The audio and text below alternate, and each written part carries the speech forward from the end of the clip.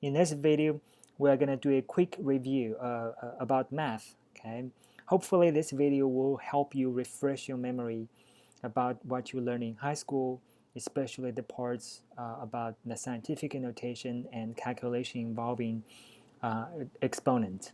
All right, let's begin. First thing is, let's talk about what scientific notation is. Well, basically, a scientific notation has two parts. Let me give you one example. 5.0 times 10 to the fourth. Okay, it has two parts, decimal part and exponent part. For decimal parts, the value has to be between 1 and 10. Cannot be smaller than 1, cannot be greater than 10. Okay, 5.0 is between 1 and 10. Okay, and for the exponent part, this number exponent, it could be negative, could be positive. Okay, it depends on what your measurement result or data collection is. Okay, now we understand what the scientific notation is. How do we convert a regular number to its scientific notation? Let me use a specific example to demonstrate. Okay, so part 2. Let me write a number first. 2803.00 meter. This is a large number. How do we convert this number to its scientific notation? You have to pay attention to the decimal point. Okay, in this case, because the decimal part of an scientific notation should be between 1 and 10, so that means you need to move the decimal point to your left 3 times until you reach the right side of the first non-zero digit. Okay, all right, so that will give you the decimal parts as 2.80300. You keep all of the digits. Okay, you don't drop anything if you just do a simple conversion between the regular number and its scientific notation. Okay, now what's next?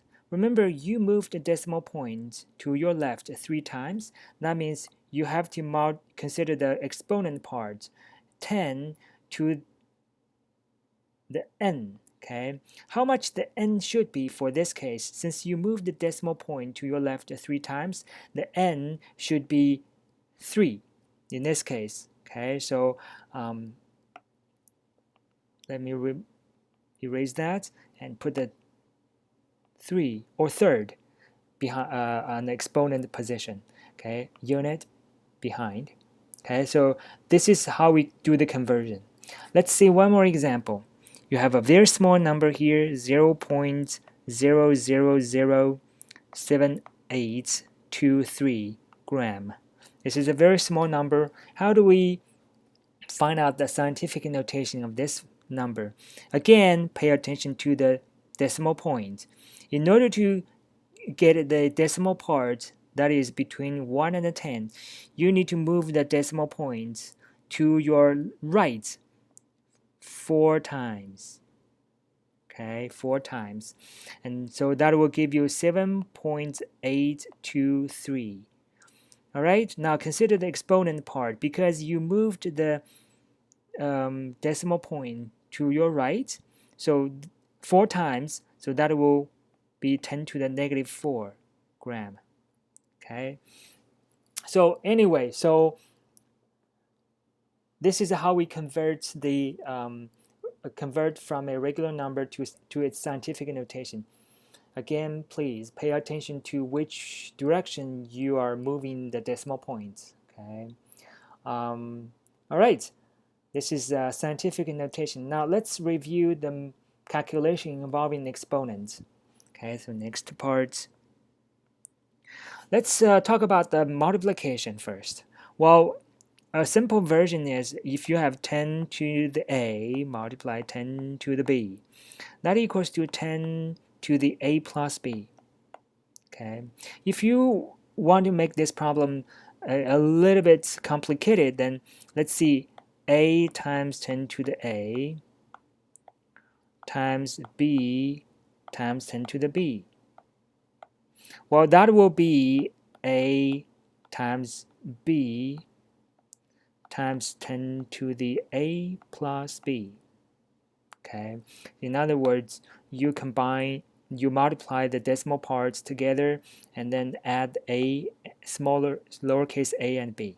Okay, all right, let's use a specific calculation. You have 5.31 times 10 to the third, okay, times 2.87 times 10 to the 4. Okay, according to what we just discussed here, you combine the decimal parts. That will give us 5.31 times 2.87. All right, this decimal part, and times 10 to the 3 plus 4. Okay, so this is how we deal with those decimal parts and exponent parts separately. Now, the final calculation will give us 15.2 times 10 to the 7. Okay. Later on, you will learn how we follow significant figures when we do calculation in chemistry. Here, I just tell you that for this answer, we should keep 3 significant figures. Okay. All right. Now, well, this is not the scientific notation, by the way.